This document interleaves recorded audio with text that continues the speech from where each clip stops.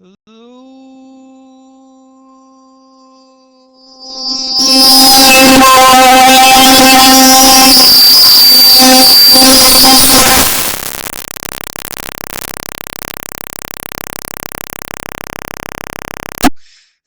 students, oh, I fell short again. I'm trying my best. Anyway, only got 17 seconds that time. Hey guys, this video is going to be really quick. Oh, in case you didn't realize it, it's Mr. Lawrence. Ha! Anyway, today we're going to solve systems yet again, but something special is going to happen in this system. Now, I'm going to go ahead and do this first system by substitution because it's set up really easy. Y is already alone, so I'm just going to do it by substitution, and let's watch what happens. So I'm going to take this 1/3 x plus 5, and I'm going to substitute it in place of y. So when I do that, I get x minus 3, and then there will be a quantity, and then I have the 1/3 x plus 5. Okay, and that needs to equal 6.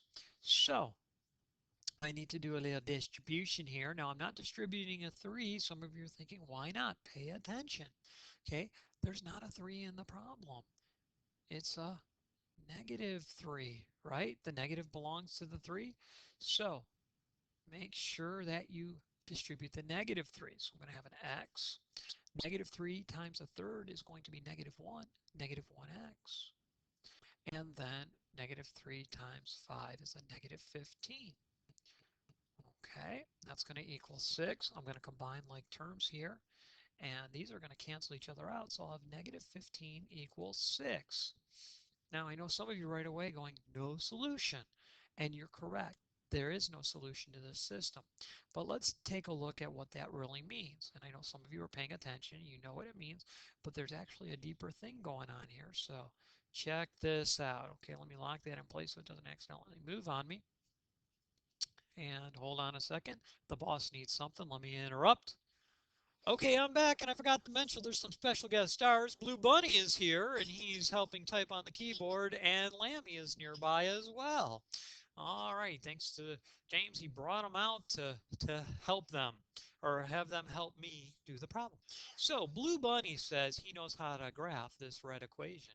He says that okay, Blue Bunny says the y-intercept of that red equation is 5. So he's going to go 1, 2, 3, 4, 5, and put a point right there. And then he says the slope of that equation is 1/3. And he says, I know how to handle that.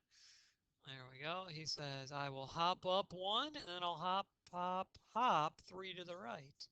And then I'll hop 1 up, and then hop 1, 2, 3 to the right. Now, he also said he could hop down and then to the left. So he'll go hop, hop, hop, hop. There we go. Hey, feel free at home, Gotham or Jarrett, feel free to do the bunny hop along with the video. All right, there we go. I bet Vinny looks good doing the bunny hop. All right, so there is the red line. Okay, I'll change it so it becomes a line. Remember, the arrowheads are very important. I don't know how to set my default to make it always, and I'll tell you what, I'll make it red, and that way we can call it the red line. All right, now Lammy says he's more of a standard kind of lamb, and so he wants to do the blue equation. And he says, you know what? The easiest thing would be find the x-intercept. The x-intercept's going to be 6, so he goes 1, 2, 3, 4, 5, 6. And then he says the y-intercept's real easy. It's at -2. And Lammy is absolutely correct. And to get one more point, he realizes, oops, I put that in the wrong place. Sorry, Lammy. He put it here at -2. And then he realizes that to get his next point, he's going to have to rise 2, run 6, or go down 2, run 6. Okay, so now I can't see the lines yet, but you know what? An easy way to tell if they're parallel using the smartboard. You can't do this at home on paper, but check this out. I'm going to clone that line, and I get a parallel version of it. And if I lay that down right here, look at that. It hits those points exactly. Okay, so the two lines are parallel. But you know what? I knew they were parallel before I graphed them. How did I know that? Well, what's the slope of the first line? Slope of the red line was 1/3, right? And what's the slope of the second line? The slope was 2/6, which simplifies to 1/3. And notice they have the same slope.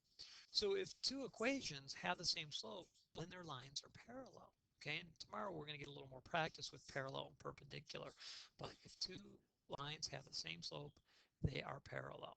Now, by the way, that means the system has no solution. And in fact, we call it an inconsistent. You want to write that word down, an inconsistent